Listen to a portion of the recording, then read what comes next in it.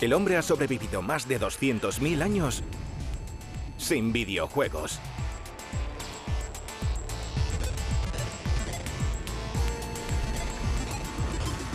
Cuando eso cambió, el mundo ya no volvió a ser el mismo.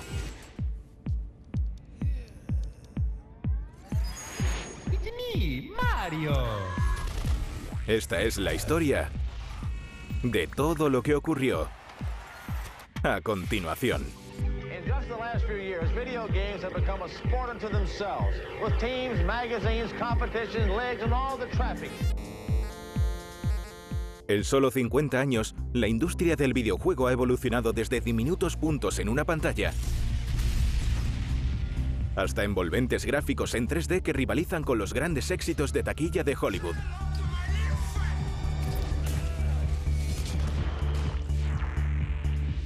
Los videojuegos no solo nos entretienen,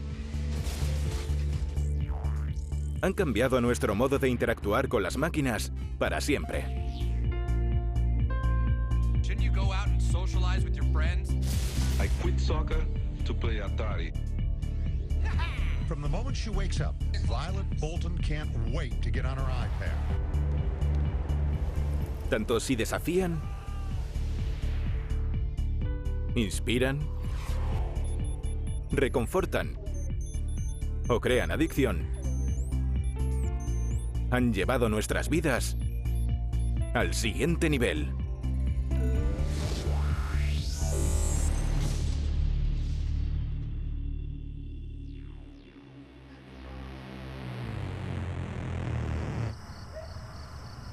En 1962, era un privilegio tener acceso al laboratorio de informática de la Universidad de Utah, donde futuros ingenieros se reunían de madrugada para jugar a una novedad a la que llamaron Space War. Space War causó una gran impresión en un joven estudiante llamado Nolan Bushnell. Un amigo me dijo, vente al laboratorio, tengo algo que enseñarte. Fui allí a medianoche y jugamos al Space War. Me hice adicto. Futuro fundador de Atari, Bushnell es considerado el padre del videojuego moderno. Pero en la facultad pasaba los veranos trabajando en un parque de atracciones, revisando máquinas de pinball y otros juegos electromecánicos. En aquel momento se me ocurrió instalar aquel juego en los centros recreativos. Podríamos ganar mucho dinero. Tuvo una visión. Computer Space. En pocas palabras, se trataba de instalar un juego tipo Space War en una carcasa especial. Se colocaría al lado de las máquinas de pinball. Usaron una estructura tan peculiar que terminaría sirviendo como atrezo en películas de ciencia ficción. Here, you better sign for him.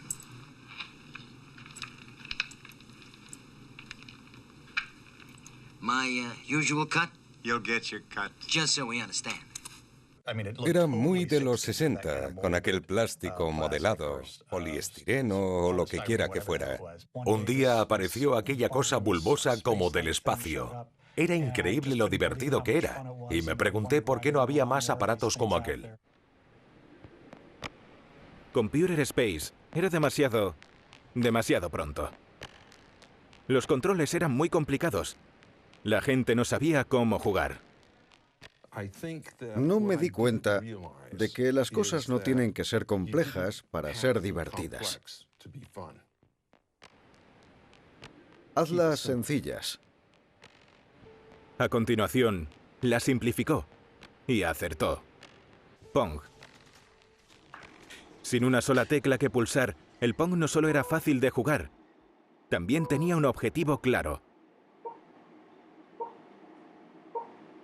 Rebotar una pelota a tu oponente y tu oponente rebotártela a ti. Corría el año 1972. Bushnell y sus socios Ted Dabney y Al Alcorn ubicaron la primera máquina de Pong en un bar de Silicon Valley, California. A la mañana siguiente recibieron la primera queja. La máquina se había roto. Pero no porque la construyeran mal. Se rompió porque la gente había introducido tantas monedas que se atascó. El primer fallo técnico en la historia de los videojuegos fue un cajón para monedas demasiado pequeño. Nadie volvió a cometer el mismo error. Pensamos que era una buena señal. A los 12 meses, aquellos tipos que habían pedido un crédito para hacer juegos electrónicos se convertían en una de las empresas más ricas del mundo. Pero la competencia no tardó en pisarles los talones. Ese mismo año, el ingeniero norteamericano Ralph Baer presentó la primera videoconsola, la Odyssey. Era muy simple. Solo había que coger el paquete, sacar una capa de plástico, frotarla contra el televisor y esperar a que se quedara pegada gracias a la electricidad estática. Y si no, había que pegarla con cinta adhesiva. This is Odyssey, the new electronic game simulator. You attach Odyssey to your television set in seconds to create a closed-circuit electronic playground. Odyssey is tennis, roulette, football and hockey. Odyssey comes complete with 12 electronic games and educational experiences. Ralph Baer fue un hombre adelantado a su tiempo y a su futura empresa Magnavox, que no sabía cómo comercializar la Odyssey. Los anuncios hacían pensar al consumidor que necesitaban un televisor Magnavox para que funcionara, lo que obviamente dificultó sus ventas. Los videojuegos no se impusieron realmente hasta que Nolan Bushnell decidió capitalizar el éxito del juego de arcade Pong, presentando una versión doméstica en 1975. Mi vicepresidente llamó a Sears. Pensamos que si habíamos instalado el Pong en bares, junto con el pinball, podría funcionar. Llamamos al jefe de compras de Sears, le describimos lo que teníamos y a la mañana siguiente se nos presentó en la puerta. Cogió el avión de medianoche. Se puso a jugar y dijo, ¿cuántos podéis hacer? No lo sabíamos. Le dijimos, puede que 25.000 de aquí a Navidad. Yo dije 75.000. Al día siguiente nos mandó un pedido de 150.000 unidades. Tuvimos que ponernos las pilas. Jugamos hasta la extenuación, enganchados a la televisión con aquel sencillo juego en blanco y negro que hacía... Fue un momento emocionante, unas navidades fantásticas. Magnavox y Baer demandaron a Atari por robarle sus ideas. Fue la primera de las miles de demandas relacionadas con los videojuegos. Pero ganó Atari, animando a los fabricantes rivales a irrumpir en el mercado con sus propios clones del Pong.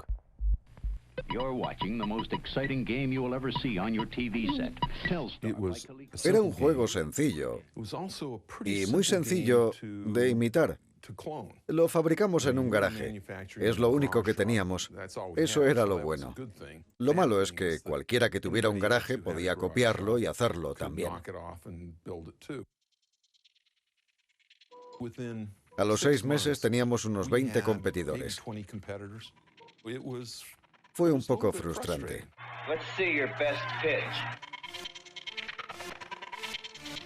Para mantenerse a la vanguardia, Atari decidió presentar la VCS, una de las consolas más vendidas de todos los tiempos.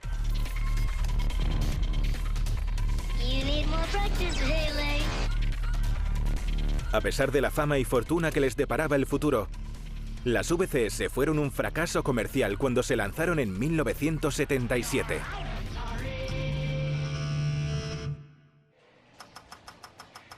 Los aficionados a los videojuegos estaban más interesados en los potentes procesadores y superiores gráficos que encontraban en los juegos arcade, como el Space Invaders de 1978.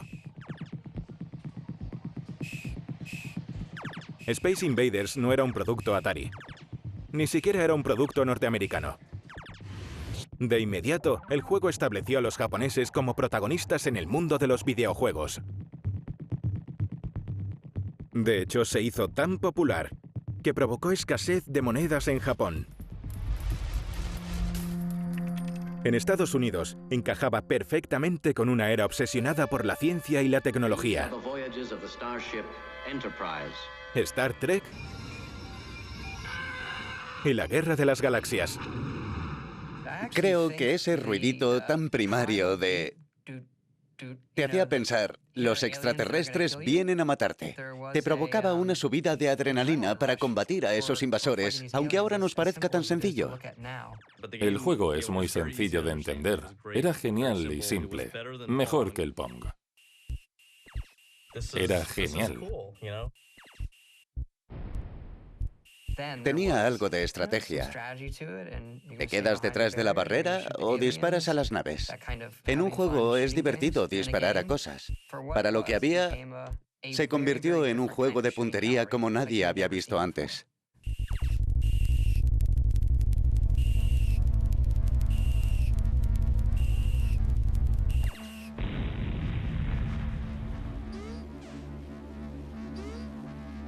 También tenía un lado más oscuro.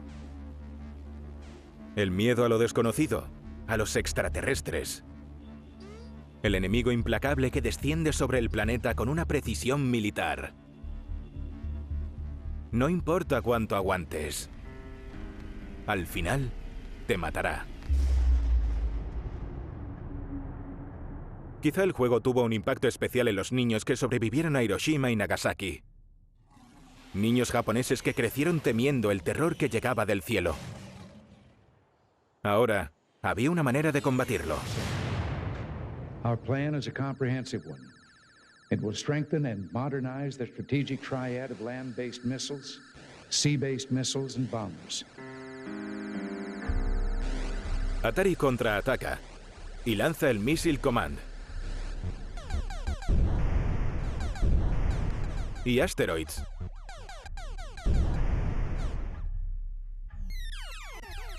A pesar de los avances en gráficos y juego, el concepto era el mismo. Disparar a todo lo que se pusiera por delante.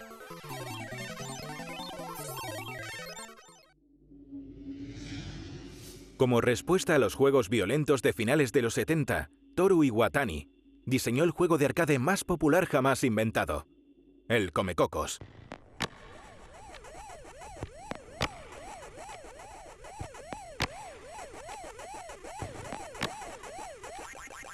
Por primera vez, un videojuego se convertía en una marca. El Comecocos apareció en todo tipo de productos. Incluso protagonizó su propio programa de televisión y fue objeto de una conocida canción pop.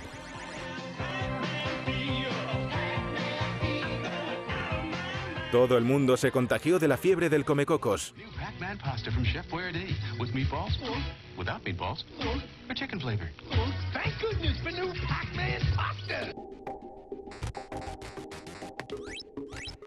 El Comecocos hacía frente al pesimismo. Solo quería comer. El Comecocos caía bien a todo el mundo. Era apto para todos los públicos. Tenía un objetivo, y era un tipo de juego diferente a los que habíamos visto hasta ese momento. Podías llegar a dominarlo reconociendo la pantalla, y sabiendo dónde estaban los fantasmas, podías aumentar tu puntuación. Yo me obsesioné con ese juego en aquel momento. ¡Qué locura de juego! Antes del Comecocos, todos consistían en disparar a invasores del espacio, disparar a extraterrestres, asteroides que disparaban a extraterrestres.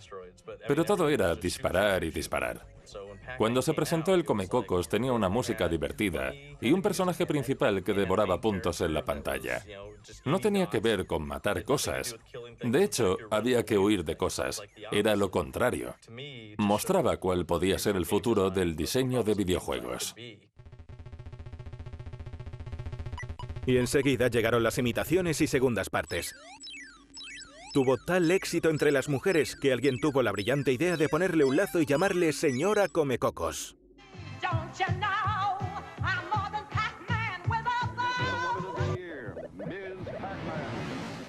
A Namco no le hizo gracia. Demandó a Midway para proteger su valiosa propiedad. Pero la demanda fue retirada. Aún había mucho dinero que ganar adoptando a la señora Comecocos como suya. A día de hoy, el Comecocos sigue siendo uno de los juegos arcade que más ha recaudado de todos los tiempos. Y no por falta de competencia. A principios de los 80, había juegos arcade por todas partes. Y no era solo un fenómeno infantil. Video games are the latest craze to sweep the country, but will this popularity last is the question. Well, the makers of video games are gambling that it will.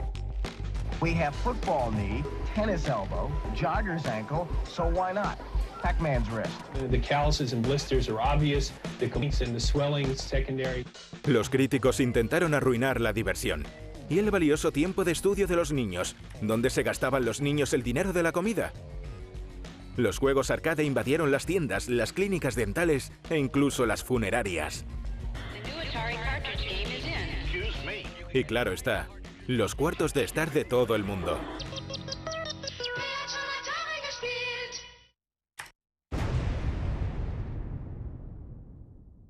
Nolan Bushnell tuvo ventaja con la VCS de Atari ya en las tiendas. Solo esperaba que el resto del mundo le alcanzara. Y pronto, todo el mundo quiso una. Video games Atari. Roba da fantascienza. Las ventas se dispararon. Además, Bushnell tenía algo de lo que carecían sus competidores: dinero. Para fabricar la VCS de Atari en serie, vendió Atari al gigante audiovisual Warner Communications en 1977. La mentalidad agresiva de la empresa tomó el poder de Atari, provocando que el propio Bushnell se viera obligado a salir de todas las empresas que había creado. A día de hoy, se arrepiente de la venta de Atari y lo considera la peor decisión empresarial que ha tomado. Pensaron que podían seguir produciendo juegos tratando a los ingenieros como obreros de una fábrica. No supieron entender que ellos eran las estrellas. What specific games have you designed? Well, at Atari, we don't really like to talk about who designed what. Why not? Well, because we like to make the game the superstar as opposed to the programmer. Why shouldn't you get credit if you designed the game? Well, because it is a corporate product. Okay, these are games by Atari, not games by Steve Wright or some other person. Dijeron que querían ser tratados como estrellas de rock. Exigían derechos de autor por los juegos que producían, algo inédito. Y Atari dijo, vale, pero esto es una empresa de juguetes. Hacemos juegos y vosotros trabajáis para nosotros. Este es el único sistema para el que sabéis programar. Así que volved a vuestros cubículos y haced más juegos. Sumamos todos los juegos que habíamos hecho en conjunto y nos dimos cuenta de que 4 de un departamento de 30 personas éramos los responsables del 60% de las ventas de Atari el año anterior. Para el espectador de a pie, era obvio por qué estaban haciendo cartuchos por $3 que luego se vendían a 20. Alguien estaba ganando mucho dinero. Se vendían 4, 8 millones, 10 millones de cartuchos. Son ingenieros, se les dan bien las matemáticas. Las ventas de Atari el año anterior ascendieron a $100 millones. Nosotros pensábamos, estamos ganando 200.000 al año, pero generamos 60 millones de ingresos. Atari no controlaba realmente su mercado como suelen hacerlo ahora los fabricantes con sus programas de licencias. Así que se fueron y fundaron una empresa llamada Activision. Atari hizo lo que pudo para contener el ataque de la competencia, pero los jueces consideraron que podían insertar lo que quisieran en la ranura del cartucho. Activision se impuso y pasó de 0 a 60 o 70 millones de dólares en 18 meses. Los que abandonaron Atari fueron los programadores estrella. Era normal que los mejores y los más brillantes se pasaran a Activision. Y poco después se fue otro grupo. Así que Atari solo se quedó con los que no pudieron irse.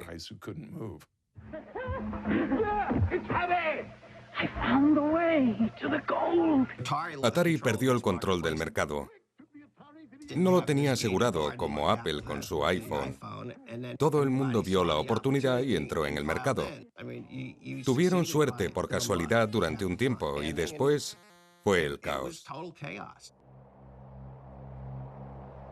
Esto quedó más que claro con la versión de Atari de 1982 de su juego más valioso, el Comecocos. Atari invirtió millones para adquirir la licencia para fabricar el juego.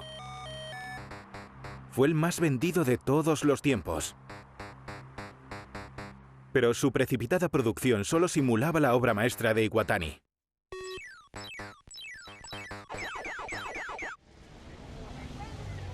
Ese mismo año, E.T. el extraterrestre de Steven Spielberg llegó a los cines. Los ejecutivos de la Warner gastaron una fortuna para quedarse con los derechos en exclusiva para Atari. Obligaron al equipo de producción a terminar el juego a tiempo para Navidad, dándole solo 6 semanas para completar la producción. Vi el planteamiento del juego, un esquema aproximado del juego.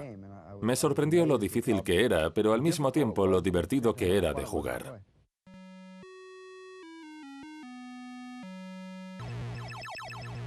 Pero a pesar de la publicidad, el resultado fue un juego incluso más decepcionante que el Comecocos.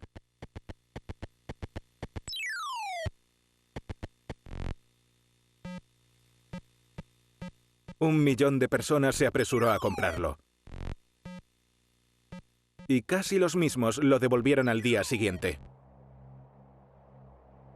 El Comecocos 7 resultaron de alguna manera revolucionarios. Pero la auténtica revolución tuvo lugar en un basurero de Nuevo México. Atari enterró millones de unidades sin vender. Y esos juegos fueron solo la punta del iceberg de la pila de basura. Solíamos ir a la CES de Chicago todos los años, una gran feria comercial. Y uno de los años, al llegar todo el mundo estaba haciendo videojuegos. De repente había 30 empresas de videojuegos cuando el año anterior solo había 2. E incluso los copos de avena Quaker Oats tenían su propio videojuego. Nos fijamos en los juegos que hacían esas 30 empresas que no tenían experiencia alguna en el sector y eran horribles. Esas compañías cerrarían en cuestión de meses, como así fue. Pero ¿qué ocurre cuando cierran 30 empresas que tienen 1 millón de cartuchos en su inventario, que inundan el mercado? There may be trouble in Toyland, at least in the video games division. This week, industry giant Warner Communications, makers of Atari, announced that 1982 earnings would be far below previous expectations. En 1983, parecía que el romance del público con los juegos de arcade llegaba a su fin. En 12 meses, hubo un descenso del 90% de los ingresos. Los fabricantes no sabían qué hacer con todos aquellos cartuchos. Un liquidador de empresas se pasó por compañías y les dijo: «Tenéis muchos cartuchos almacenados. Habéis pagado 20 o 30 dólares por su fabricación. Os damos 3 dólares por cada uno». El asesor les dijo: «Para mí no tienen ningún valor y tendría que pagar para deshacerme de ellos». Se los llevó por 3 dólares cada uno. Luego acudió a los minoristas y se los vendió por 4 dólares para que ellos los vendieran por 5. No estaba tan mal, si lo piensas bien. Unas navidades, las peores. Se pusieron a la venta 20 millones de unidades de software a 5 dólares cada una en contenedores en la puerta de Toys R Us. Aunque para Navidad los niños suelen pedir los últimos títulos de Activision a 40 dólares, el padre llega a la tienda con sus 40 dólares y ve que puede comprar 8 en vez de solo 1.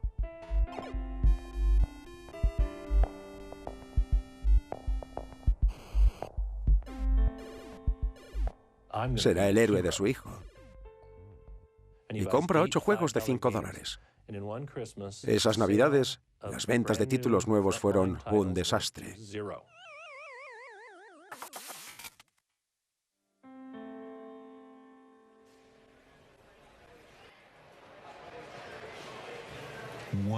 Solemos dar por hecho que los videojuegos forman parte de nuestras vidas y nuestra cultura, que son parte de los medios de comunicación.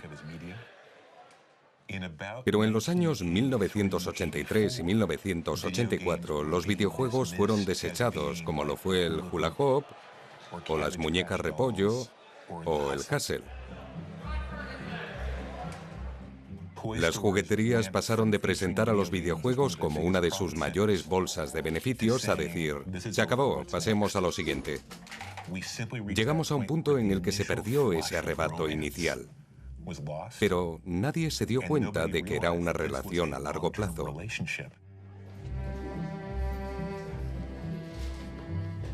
Echando la vista atrás, es fácil comprobar cómo Atari llevó los ordenadores a nuestra vida diaria y cómo los esfuerzos de Bushnell forjaron esa relación a largo plazo entre la gente y sus máquinas.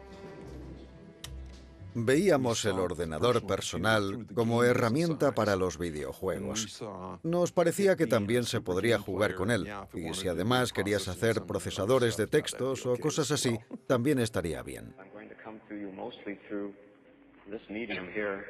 Pero en 1968, casi 10 años antes de la VCS de Atari, Doug Engelbart hizo una demostración de un entorno informático actual.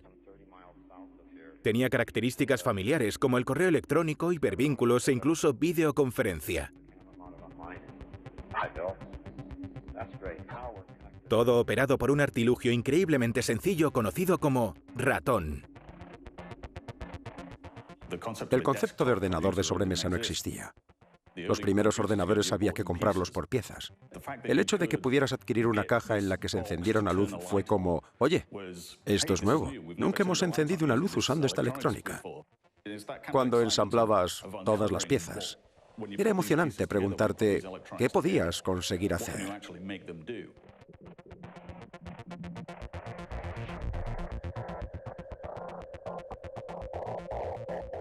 En los años 70, los ordenadores domésticos no eran más que una afición poco conocida. Estas maravillas del bricolaje no tenían auténticos sistemas operativos y requerían programas para comunicarse a través de un lenguaje.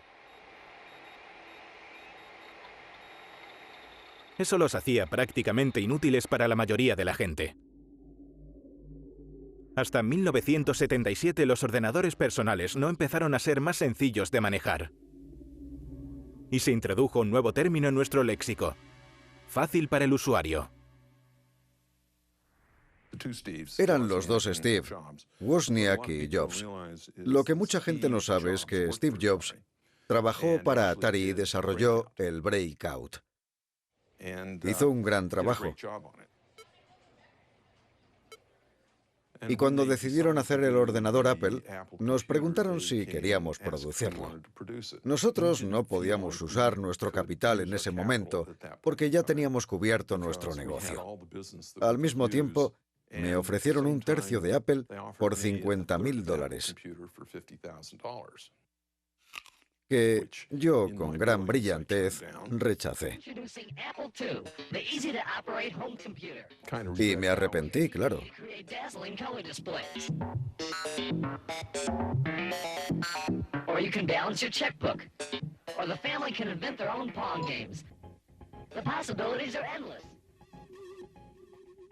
Aún recuerdo el impacto de aquel momento, cuando vi por primera vez un Apple II.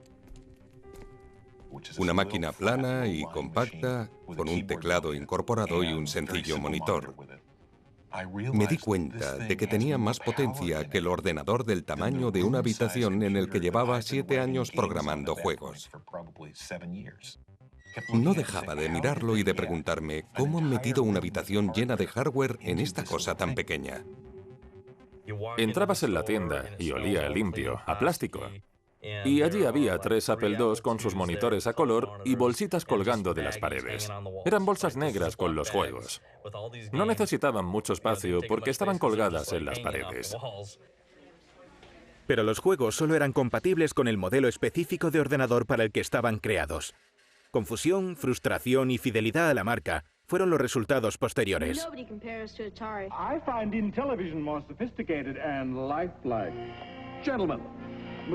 Los usuarios juraban que su marca era la mejor.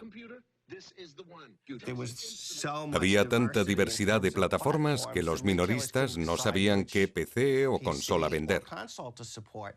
La comunidad editorial no sabía determinar en qué sistema se iba a programar, porque solo había empresas pequeñas con 20 o 30 empleados. No eran los enormes estudios que vemos hoy que generan beneficios millonarios. Eran solo un puñado de aficionados. Había que arriesgarse. Los ordenadores personales utilizaban disquetes o cintas de casetes en vez de los cartuchos usados por las videoconsolas. Eso implicaba comprar software más barato, pero también mucho más lento. Había que esperar 20 minutos a que se cargara el juego. Y si girabas a la izquierda en vez de a la derecha, te mataban y tenías que volver a cargarlo porque no se guardaba en la memoria. A pesar del tiempo de espera, los disquetes y las cintas de casete contribuyeron enormemente al desarrollo de los ordenadores personales como plataformas de juego. A diferencia de los cartuchos, disquetes y casetes se podían copiar fácilmente en casa e intercambiar gratis entre las redes de aficionados a los videojuegos.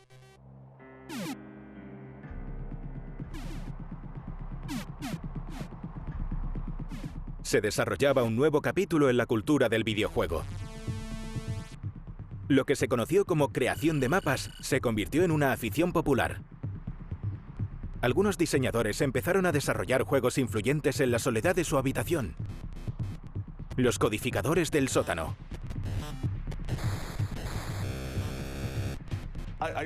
Llegaba del instituto y me sentaba delante del ordenador. Les decía a mis padres que era algo para el instituto. Pero se trataba de desarrollar juegos. Les mentía, como casi todos en aquella época. Empezaba a teclear páginas y páginas de códigos de las revistas para ver qué pasaba. Quería entender por qué una cosa que aparecía en una zona del código hacía que pasara eso en la pantalla. Proporcionaba a la gente herramientas sencillas para crear su propio mundo y la gente se dejó llevar. Era una herramienta potente. Empezaba a crearse una nueva mentalidad. Contenido generado por el usuario. Algunos de los juegos más populares de los primeros PCs no tenían gráficos. Juegos de aventuras basados en texto como Zork de 1977 se jugaban escribiendo comandos desde un teclado.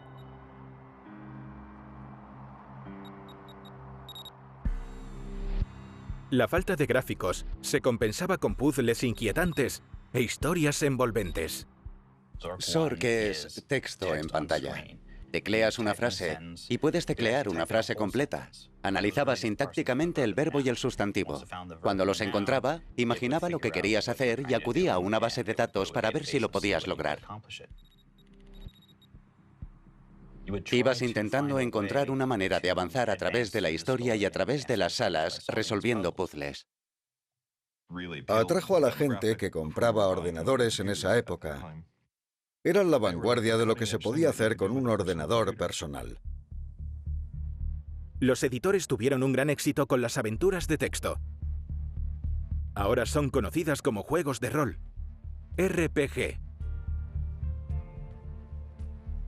Inspirados por el clásico Dragones y mazmorras. En Dragones y mazmorras tenías un Dungeon Master que te contaba una historia. Como jugador, tú imaginabas cuáles serían los siguientes acontecimientos. Los dados determinarían el resultado final. De ahí nació la idea de pasarlo a texto en los ordenadores y a la gente le gustó.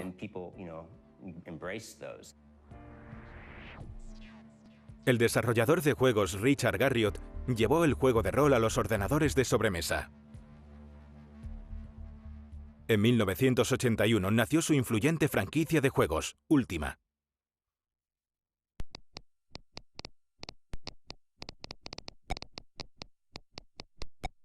Ultima introdujo mecánicas de juego de las que aún disfrutan hoy en día decenas de millones de jugadores. Estos RPGs no fueron fortuitos como el Pong o Space Invaders. Se tardaban días o incluso semanas en ir de mazmorra en mazmorra, reclamando tesoros, comprando armas, o convirtiendo tu personaje en un guerrero poderoso. Los juegos de aventura son probablemente el arquetipo por antonomasia de los videojuegos. Podríamos decir que todos los juegos son de aventuras hasta cierto punto. Sí, los de aventuras son la base de este medio.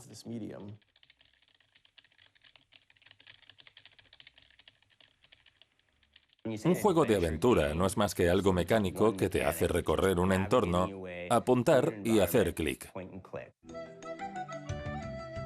Es una historia dirigida. Los videojuegos empezaron a presentar mundos más elaborados para ser explorados por los jugadores.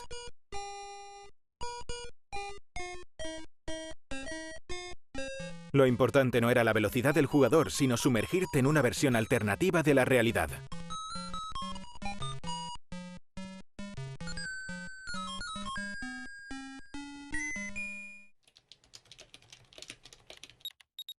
Los juegos de aventuras dejaron otra gran impronta en el desarrollo de la tecnología por ordenador. Juegos como Zork fueron los primeros que podían jugarse en plataformas múltiples. El sencillo concepto de separar software de hardware influyó en el desarrollo de los ordenadores personales.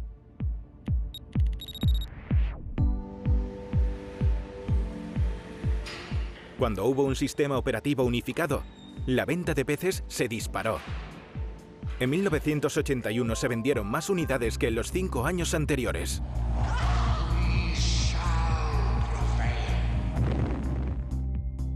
Esa cifra casi se duplicó en 1982. En los 30 años siguientes, aparecieron cientos de empresas de hardware y software. But YouTube has fast become must-see. They went from obscurity to fame over a very short period of time. Very similar to how Google rose. La industria de la informática que se introdujo por primera vez en nuestros hogares con Atari ha ido creciendo lentamente hasta convertirse en una necesidad.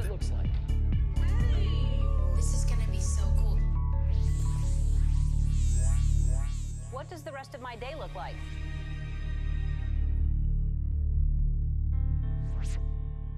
La relación entre el hombre y el software ha evolucionado desde un entorno sencillo para el usuario a un modo de vida.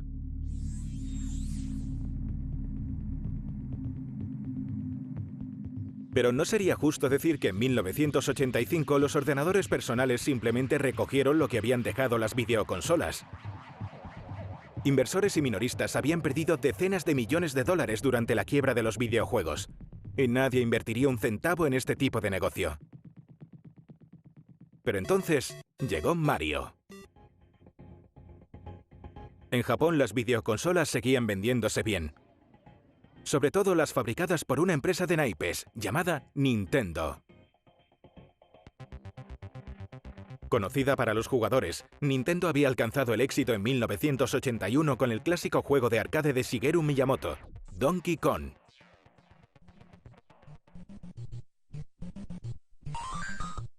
Debido a las restricciones tecnológicas, Miyamoto debía ser creativo en el diseño de Mario. Como no había suficientes bytes disponibles para crear una cabeza con pelo, le colocó una gorra. Lo mismo hizo con un bigote. Sin el vello facial, la animación de Mario habría quedado rara. Si quieres relacionar tu nombre con un récord mundial y quieres que tu nombre pase a la historia, debes pagar un precio. El juego de Donkey Kong fue diseñado con tal perfección que incluso se han rodado películas para celebrar su belleza.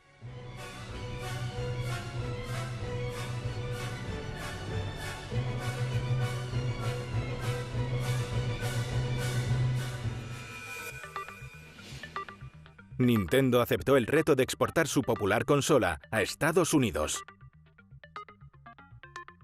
Los minoristas norteamericanos que aún se recuperaban del batacazo de las Navidades de 1983 no querían saber nada de otra videoconsola.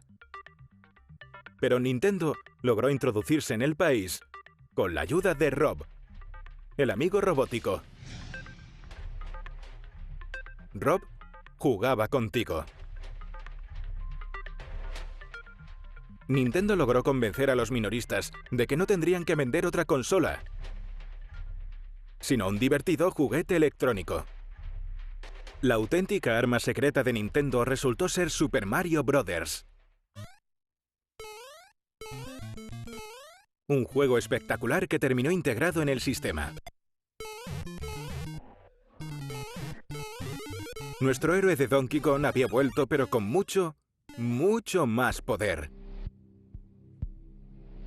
Super Mario Bros. Hizo por los juegos de consola lo mismo que el Comecocos por los de arcade. Proporcionó a los jugadores, y lo que es más importante a los minoristas, una razón para volver a entusiasmarse con los videojuegos. Nintendo siempre tuvo en mente lo que había ocurrido previamente. Había que conseguir derechos de autor para que la gente jugara con su sistema frente a la opción de tener esa libertad por la que todo el mundo podía lanzar un juego al mercado. Cuando la gente compraba un juego de Nintendo, sabía que había pasado un serio control de calidad.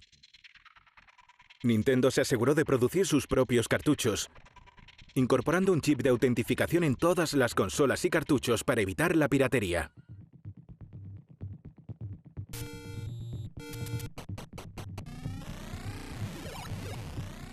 Con franquicias populares, un marketing inteligente y una estricta política de control de calidad, Nintendo redactó muchas de las normas para el resto de la industria del videojuego.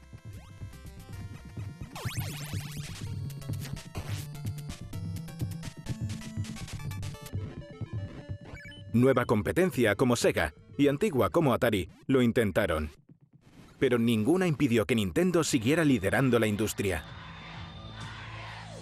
Nintendo era enorme. Ganaba más dinero que todos los sistemas previos.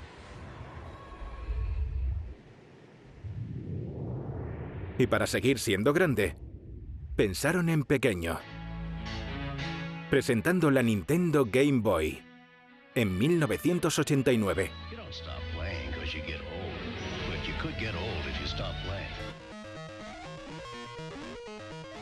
Con gráficos monocromáticos, una pantalla borrosa y un sonido metálico, no se puede decir que la Game Boy fuera una maravilla de la tecnología. De hecho, su competencia, el Lynx de Atari y el Game Gear de Sega, eran mucho más potentes. Como la Nintendo Entertainment System, la Game Boy también tenía un arma secreta: el Tetris, la aplicación magistral del juego en movimiento. Era algo de lo que carecía la competencia, y más de 30 millones de jugadores ya no podrían vivir sin él. Veías a secretarias jugando al Tetris.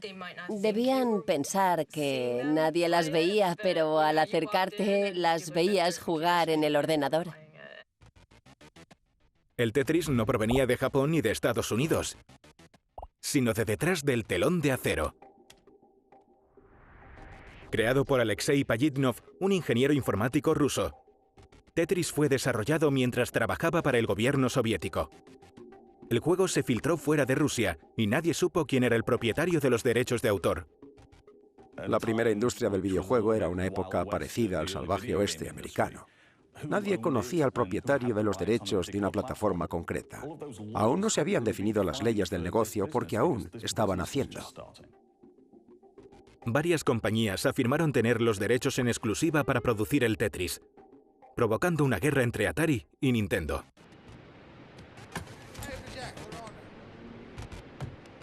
Aunque la versión de Atari fue la primera, los abogados de Nintendo se hacen con los derechos. El gran perdedor fue el propio Pajitnov. El gobierno soviético era propietario de los derechos de su programa y él nunca vio un rublo. Pero al menos fue la primera persona de la historia en jugar al Tetris, mientras se suponía que estaba trabajando.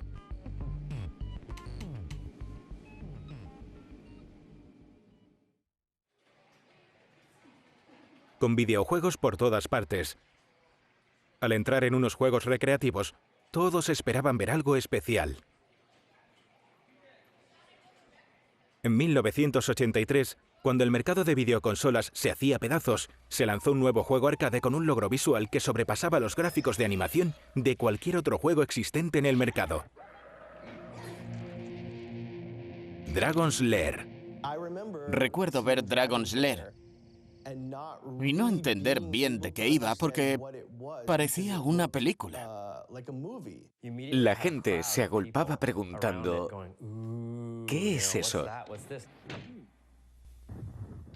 Este videojuego presentaba una vanguardista tecnología de Laserdisc, que sorprendió a los jugadores por sus videoclips.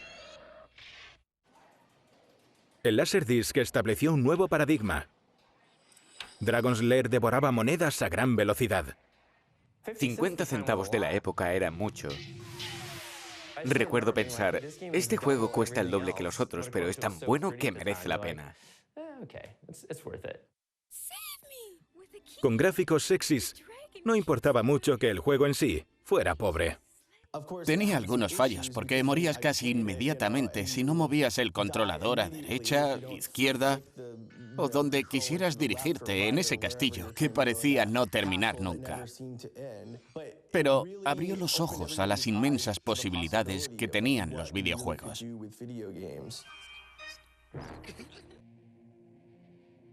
El ingenio técnico del juego se ganó un lugar en el Museo Smithsonian de Washington. Junto al Dragon's Lair se encuentran otros dos iconos de la industria, el Comecocos y, naturalmente, el Pong.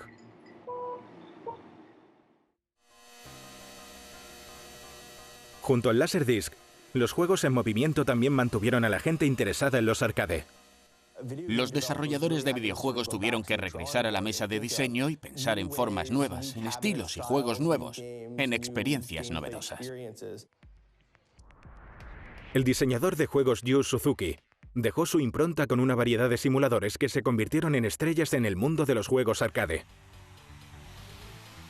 Su obra maestra, OutRun, de 1986, ofrecía a los jugadores la opción de elegir banda sonora y recorrido.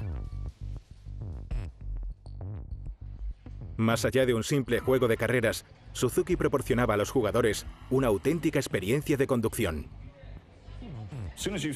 Sentarte en un coche que se movía contigo te daba sensaciones. Todo tu cuerpo lo vivía. La secuela del OutRun en esa inmersión completa del cuerpo es lo que vemos ahora en los juegos con control de movimiento. Años después, Dance Dance Revolution se convirtió en algo más que un juego e incluso se instaló en clases de educación física de miles de institutos norteamericanos.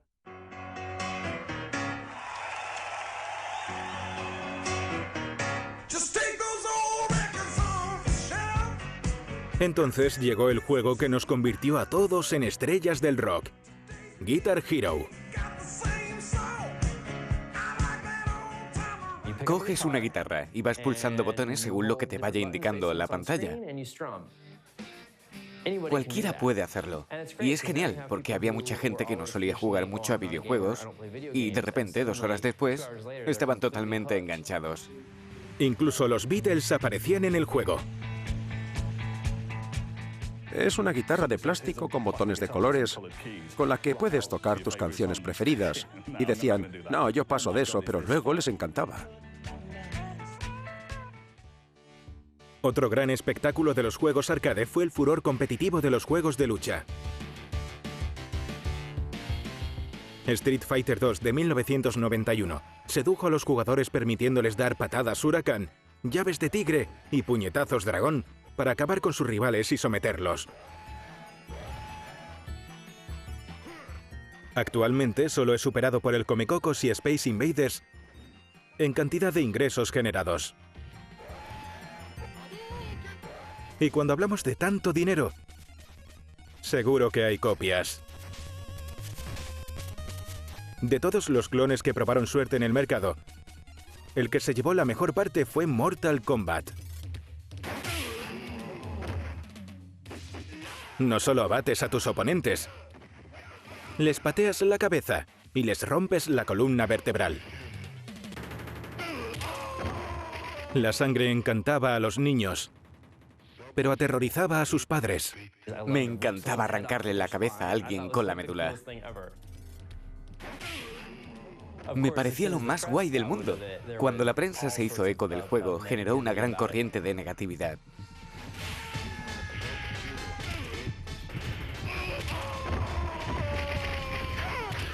La controversia creó una tormenta política en 1993.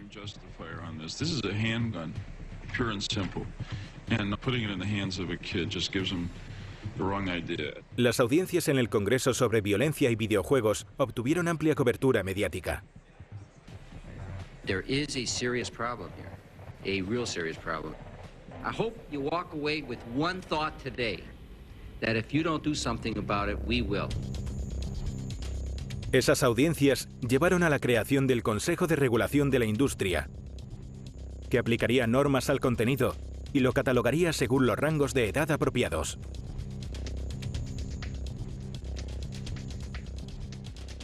Pero el mismo año de las audiencias en el Congreso, apareció en escena el juego para PC de Doom, añadiendo aún más leña al fuego.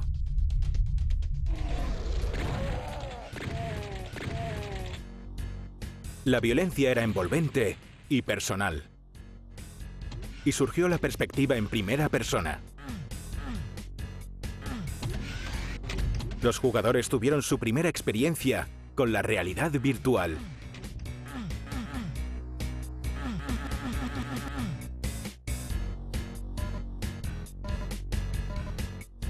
Pero aunque interpretabas a un asesino, Doom era un juego social. La gente empezó a llevar sus ordenadores a casa de sus amigos los fines de semana. Lo llamaban LAN Party. Se vendieron multitud de cables de red. Fue una locura. Y se vendieron tantos porque por fin habían llegado los juegos en red.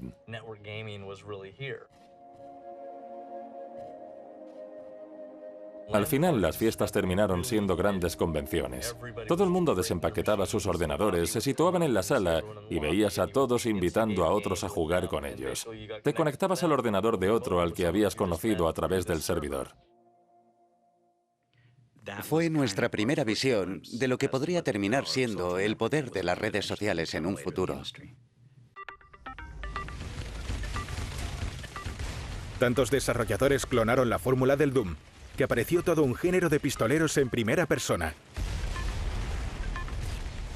Franquicias como Call of Duty y Halo siguen dominando el mercado hoy en día, embolsándose miles de millones de dólares. El aspecto y el sonido continúan mejorando con cada generación, pero el juego en sí sigue siendo el mismo.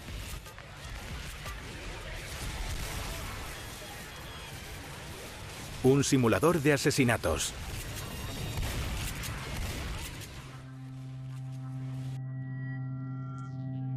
Estos dos juegos se convirtieron en la personificación de la perversidad de los videojuegos.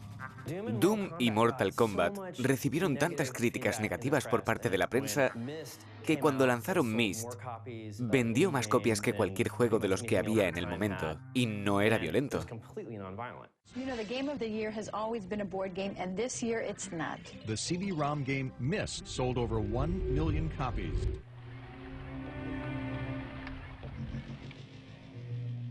No había que disparar a nadie en la cabeza, ni escapar de una mazmorra. Se trataba de entregarte al juego. Myst era alucinante. La calidad visual era fantástica y muy envolvente, y el juego requería que valoraras todo eso.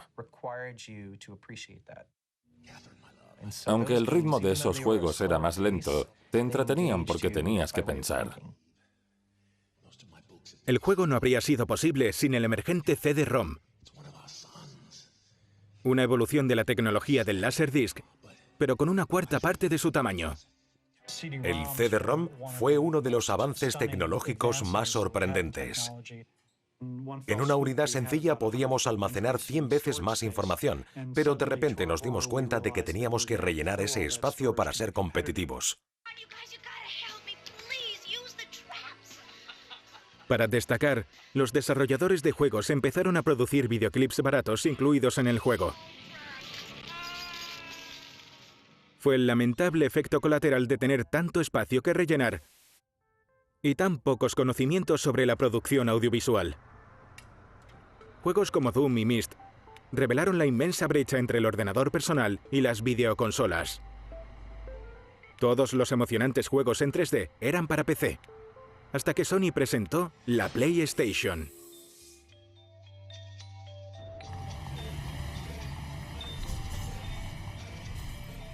Sony se aprovechó de las ventajas del CD-ROM pero no llenando el disco de videoclips de mala calidad, sino con impresionantes mundos tridimensionales. A los pocos años, la PlayStation aparecía con un controlador, diseñado específicamente para juegos en 3D. Sony puso toda la carne en el asador para potenciar la experiencia en 3D. El salto a 3D fue espectacular. Traducías las plataformas en 2D a 3D. Era una propuesta arriesgada, porque conllevó problemas técnicos que nunca hubiéramos imaginado hasta que nos pusimos a ello. La ubicación correcta de la cámara pasó a ser de repente la gran pregunta. Antes de eso no se planteaba. ¿Dónde ponemos la cámara? ¿Dónde la situamos? ¿Cómo vamos a pasar de una a otra? Todos los juegos tienen un combate de cámaras a lo largo de todo el proceso de desarrollo. La inversión mereció la pena con Tomb Raider en 1996. Combinaba un fascinante mundo con un nuevo icono de los videojuegos, Lara Croft. El personaje no aliena a la mujer. De hecho, muchas mujeres jugaban. Muchas jugadoras aprecian su estilismo y lo sexy que es. Pero ella no se presenta como un objeto sexual. No usa su sexualidad como una herramienta. No coquetea con los hombres que encuentra en el juego. Es fuerte, independiente y decidida.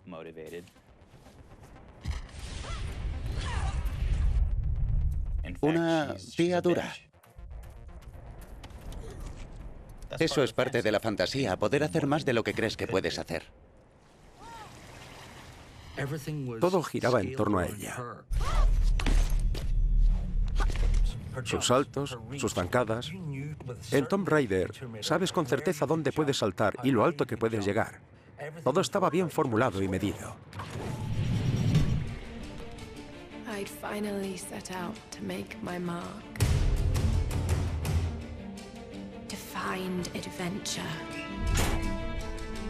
But instead, adventure found me. Sigo pensando que los juegos de Tomb Raider que lanzan ahora son buenos. Esa franquicia tiene las piernas muy largas.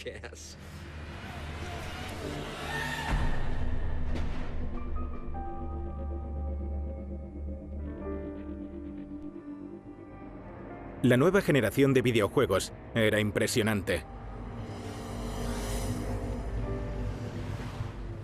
El mundo del juego animado por la tecnología en 3D cambió completamente el tipo de jugador.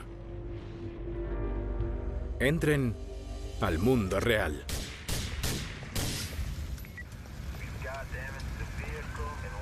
Grand Theft Auto es una serie que se aprovechó de la libertad que proporcionaba un mundo abierto. El mundo abierto da al jugador la capacidad de ir donde quiera y hacer lo que quiera. En muchos juegos hay una ruta establecida. Aunque tienes la sensación de poder ir de derecha a izquierda, sigues teniendo una ruta que te lleva desde el punto A al B, desde un punto de la historia al otro. En un mundo abierto, tienes opciones. Te convence de esa noción de interactividad, donde tú eres el dueño de ese mundo. Grand Theft Auto es un mundo virtual que te permite hacer lo que siempre has querido.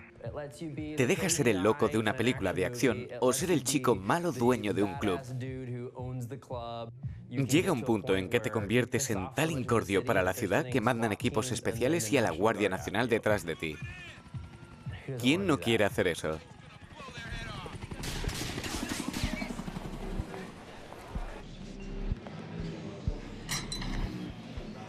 Fue uno de los primeros videojuegos que te dejaba hacer lo que quisieras.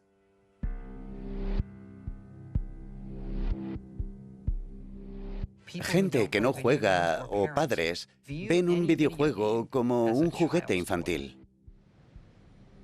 Y cuando se enteran de que hay un juego en el que matas a la policía, piensan, Dios mío. Mi respuesta a eso es, ¿cuándo fue esa edad dorada de paz que destruyeron los medios de comunicación?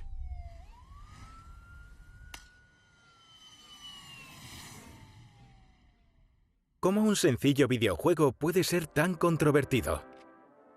Provoca una reacción exagerada porque te aleja del simple hecho de leer o ver algo y te hace participar.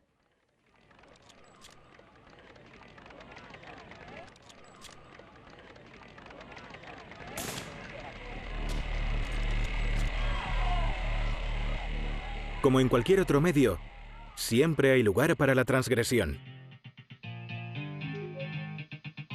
Una forma de explorar la conciencia del sociópata y del enfermo mental.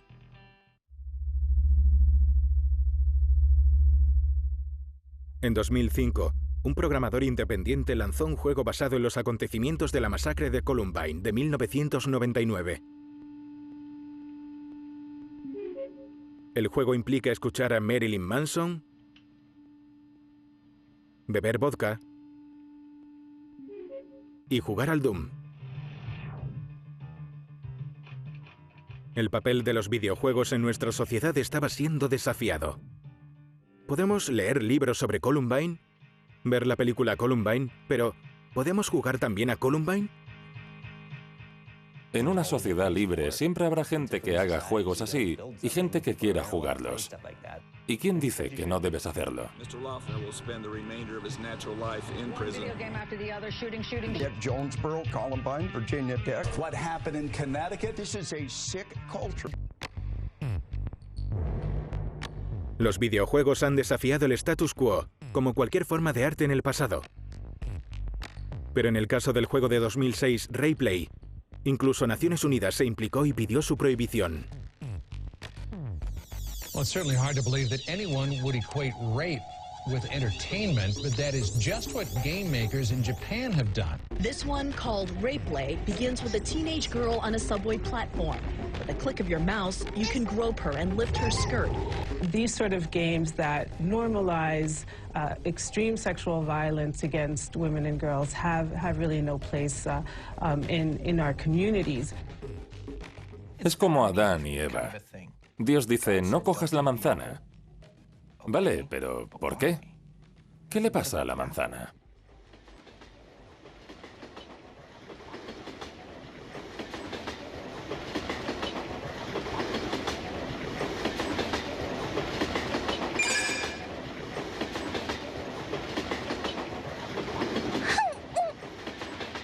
Los desarrolladores de juegos tienen una responsabilidad en el tratamiento de la violencia y en cómo la describen en sus juegos.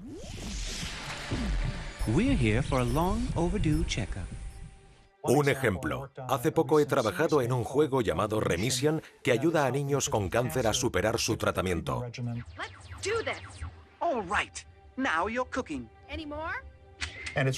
Está escrito para adolescentes, para ayudarles a comprender lo que ocurre en su cuerpo mientras se someten al tratamiento para el cáncer. Tenemos que ver los efectos internos de deshidratación y las células cancerígenas que se desarrollan. Las misiones están relacionadas con temas médicos. Los niños que jugaron a este juego se cuidaron más que los que no jugaron. Se trata de usar los juegos como una forma de cambio social. El cambio social es también el objetivo de Darfur is Dying, que se desarrolla en un campo de refugiados en Sudán. Los jugadores aprenden sobre algunos de los desafíos del mundo real, que más de 2,5 millones de refugiados viven en Darfur.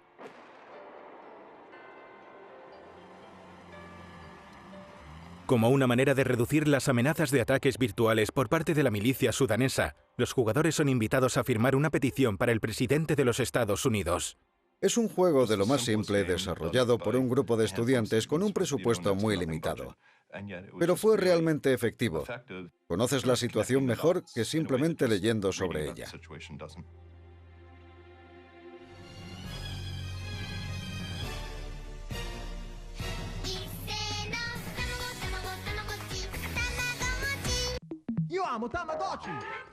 Los juegos más controvertidos llaman más la atención. Pero en realidad, los juegos a los que más siguen jugando los aficionados son los que apelan a nuestros instintos de nutrición, como el alucinante Tamagotchi. Es un juego pacífico, sin sangre, una adorable locura japonesa que causó furor en Estados Unidos. Fue en la época previa a los teléfonos móviles. Se trataba de un pequeño objeto que cabía en el bolsillo. Había que mantener viva a la criatura. El mío siempre se moría después de 4 o 5 días. Me enfadaba, le decía, ¿te he dado de comer? ¿Te he limpiado la caquita? ¿Te he lavado y te mueres? ¿De qué vas? No podías jugar una vez y dejarlo. El Tamagotchi fue el primer juego móvil social que captó la atención de los jóvenes. La idea de alimentar y cuidar continuamente a tu Tamagotchi se te graba dentro y está generando millones y millones de dólares.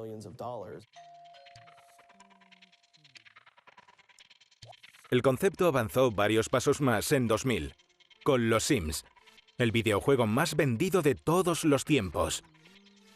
Los Sims daban al jugador toda una familia a la que cuidar.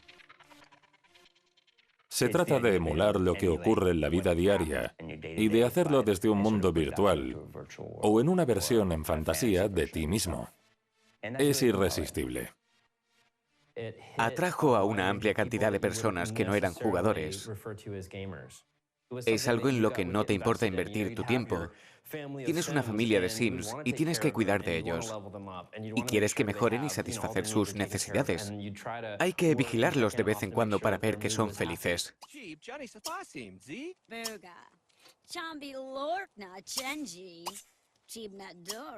Juego de simulación social. ¿Qué tienen que hacen que la gente siga jugando? Se trata de esa mentalidad de ganar algo. Cada cosa que haces tiene un impacto y eres recompensado por ello. Cuando el juego se reinventó como aplicación de Facebook en 2011, dio a los jugadores la capacidad de interactuar con millones de aficionados de todo el mundo. Llega a Internet y vuelve a equilibrarse el campo de juego. Se inventó un nuevo término: juegos sociales.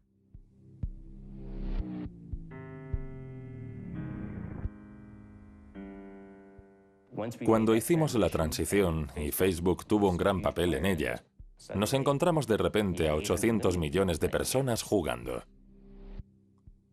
Los juegos pasaron de ser solo para niños que jugaban en el sótano a algo que todos entendían y con lo que podían interactuar. Y entonces llega Farmville, el simulador en 2D de una granja.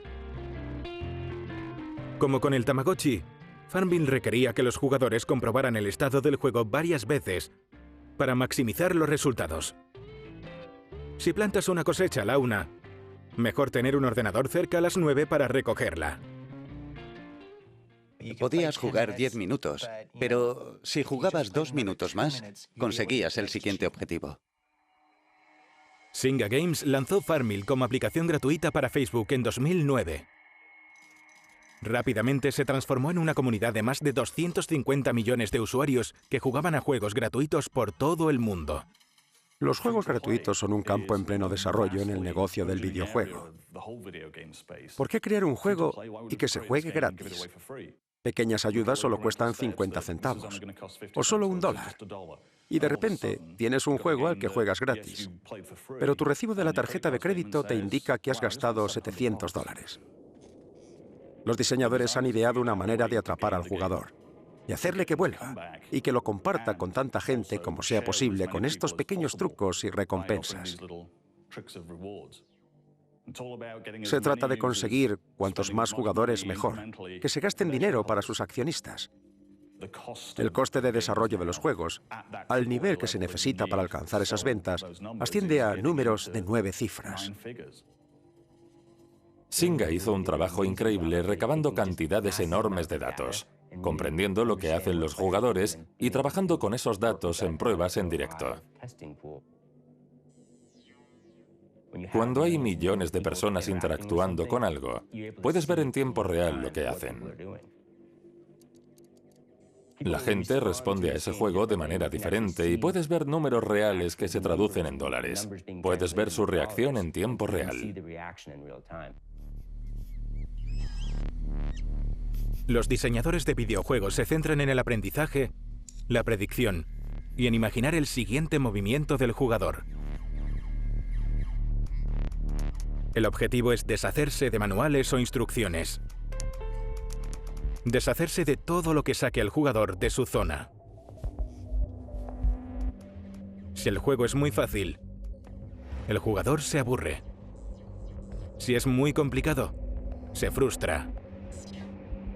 Pero si la ingeniería es la correcta, se logra el deseado estado de inmersión.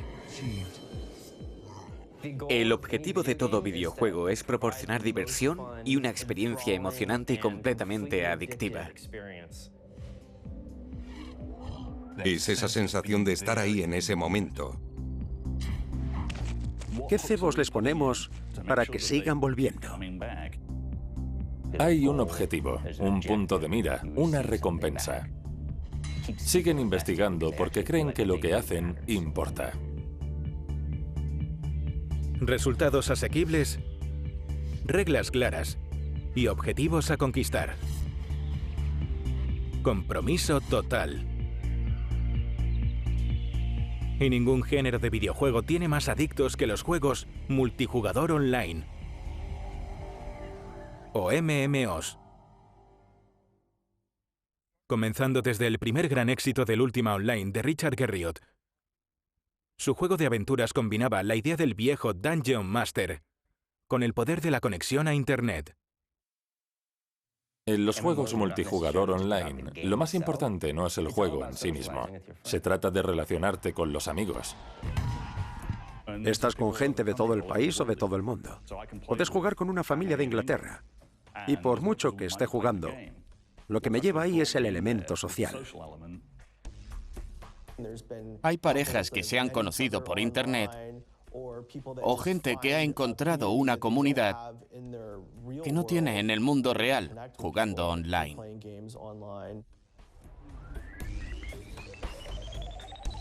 El más popular de los juegos online es el World of Warcraft, un gran éxito con más de 10 millones de suscriptores. El total de horas jugadas en el mundo asciende a más de 6 millones de años. Más tiempo que el que tardó en evolucionar la especie humana. Google tiene una opción horrible en la que tecleas comillas jugado y te dice cuántas horas has invertido en ese personaje. Es una de las cosas más deprimentes que puedes hacer en la vida. Cuando ves que pone 340 horas, haces el cálculo en meses o semanas, en eventos sociales y en cosas que te has perdido. Y luego piensas, mi personaje es agresivo, su espada despide llamas, lanza bolas de fuego. Entonces se mezcla tu sentido del orgullo como jugador con la vida real. Y piensas, vaya, estoy soltero y soy un loco de los videojuegos.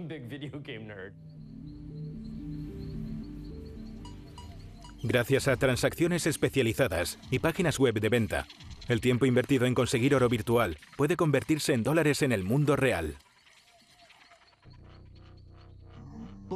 Parece obvio, pero en aquel momento no pensábamos que la gente se gastaría 200 o 300 dólares en una espada virtual. Y lo hacen. Eso lleva a un problema llamado farming, en el que la gente juega una y otra vez para conseguir un objeto específico y poder venderlo luego. Tiendas donde se juega para este fin proliferan en lugares como Indonesia, China y México, con trabajadores mal pagados ejecutando monótonas tareas del juego. Juegan por muchas razones. Hay gente que pasa muchas horas con un juego, pero no siempre se divierte. Lo hacen porque se ha convertido en algo obsesivo y quieren completarlo. Y también hay un cierto factor de recompensa. A menudo separamos los conceptos de recompensa y diversión. En este caso funcionaría el condicionamiento de recompensa de Pavlov. Activa tu cerebro de una manera que puede resultar gratificante, pero no es lo mismo que pasárselo bien.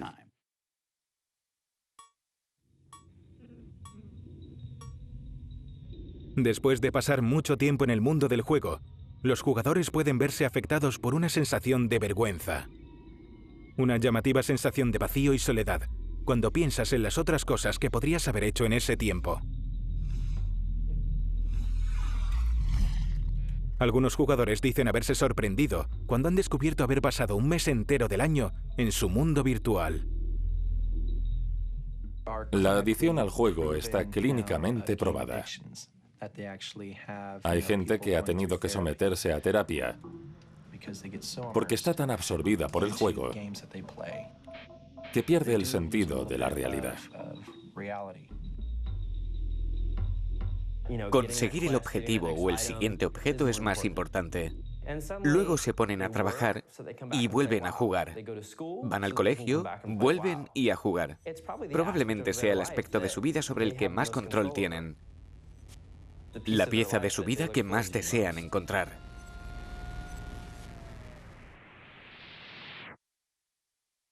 Are you feeling unfulfilled, bored with life on Earth?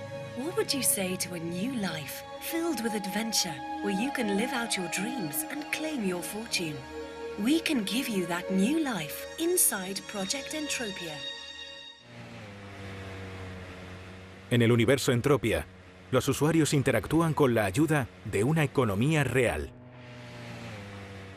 Todo lo que se hace dentro del mundo cuesta dinero, pero recibes dinero por lo que tienes. La oferta y la demanda. Si tienes un asteroide, la gente quiere visitar el asteroide porque quiere reunirse allí con sus amigos. Puedes patrocinar fiestas, celebrar fiestas virtuales allí. Habrá ciertas criaturas con las que quieras interactuar. Cuando compras ese asteroide, la única manera de llegar es pagar un impuesto para llegar con una lanzadera y una vez allí se hace una microtransacción. Pero eso funciona porque ese asteroide ha generado ingresos. Tengo un amigo que compró un asteroide por $100.000. Todo el mundo pensó que estaba loco, pero 4 años después lo vendió por $600.000. Llegó lejos generando ingresos reales gracias al juego.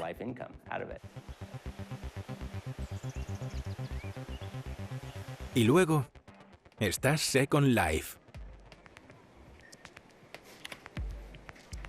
No hay recompensas universales ni puntos. No hay malos a los que vencer ni misiones que completar. Solo una representación de la vida fácilmente personalizable.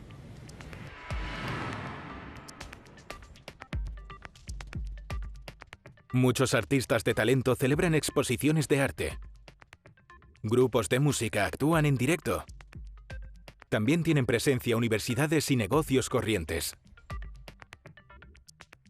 No es un juego al uso. Es solo un lugar donde pasar el rato. Un lugar donde estar.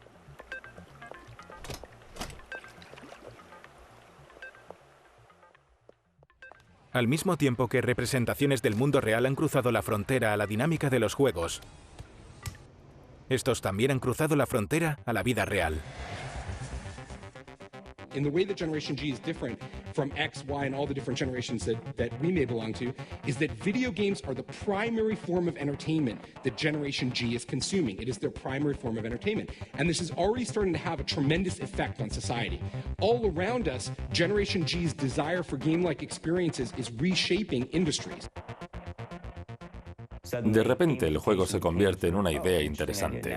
Ahora podemos convertir en juego cualquier cosa. Darte de alta se convierte en la manera más sencilla de acumular puntos y entonces puedes canjear cosas y consigues cupones de descuento. Eso es un juego. Puedes ir a una empresa, entregar recompensas virtuales que a su vez se convierten en moneda real que puedes canjear. Esa es la idea del juego. Si empiezas a verlo desde ese punto de vista, todo lo que haces empieza a tener un objetivo y una recompensa. Y si a eso le adjuntas un objeto o una aplicación, termina siendo un juego. It's called WeHab. Hospitals like St. Mary's in San Francisco are using the WeFit video game for physical rehab. La gente temía la tecnología, o no se la podían permitir, pero ahora esas barreras han desaparecido. Ahora es más accesible para todo el mundo. La demografía ha cambiado en los últimos 5 años. Con la llegada de la Wii, todo ha cambiado.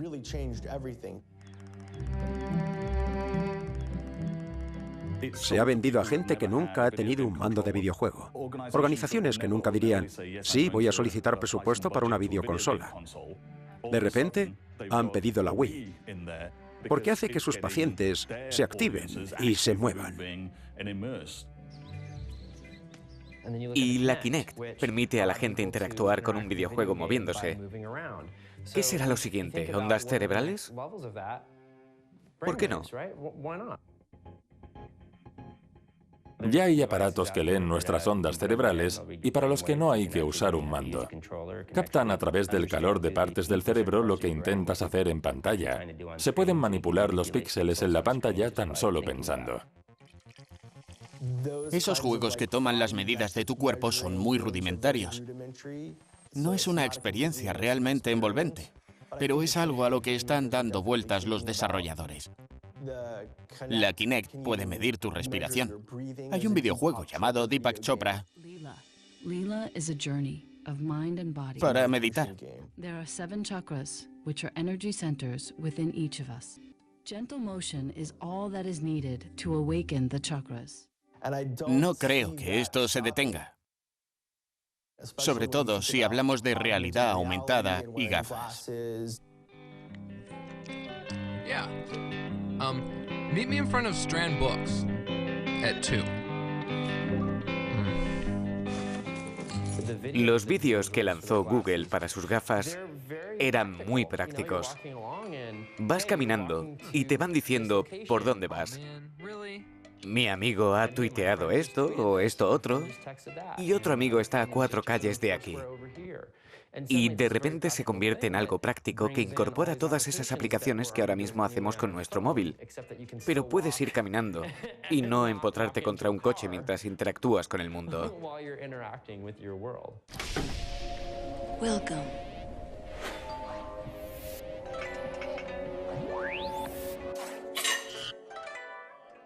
El interés masivo de la sociedad por la tecnología sugiere que solo es cuestión de tiempo que adoptemos la noción de realidad aumentada.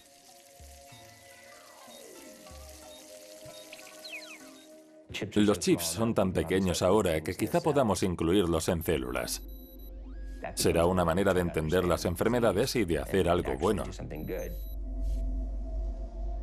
Pero siempre está el entretenimiento. ¿Qué puede hacer la gente para jugar? ¿O cómo crear algo que la gente compre para divertirse? Es muy emocionante pensar en la ciencia ficción.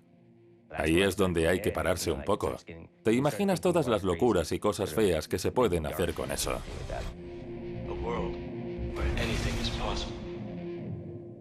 Existe la posibilidad de que terminemos viviendo en un mundo virtual tipo Matrix, donde las ondas cerebrales y la actividad cerebral se pueda medir de manera que no haya interconexión.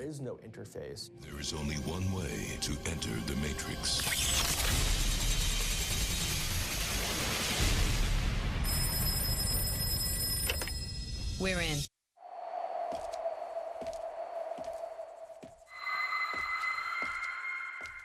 Si tienes la oportunidad de ir a sitios diferentes de ese mundo virtual, sería genial. Es una buena forma de pasar un rato.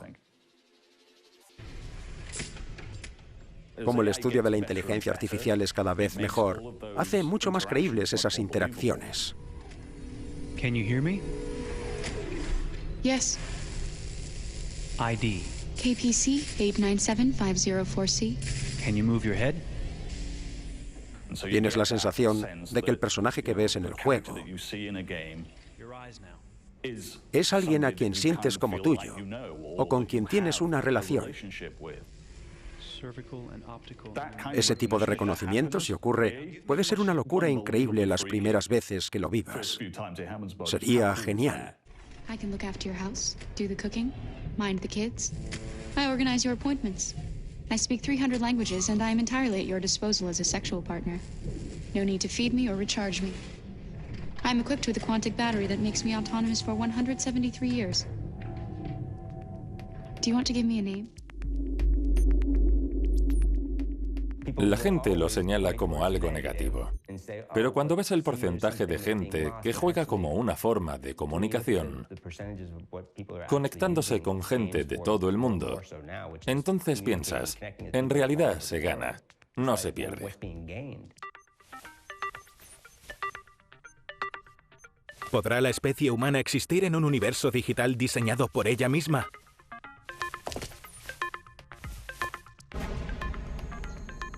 ¿En qué momento terminaría el juego?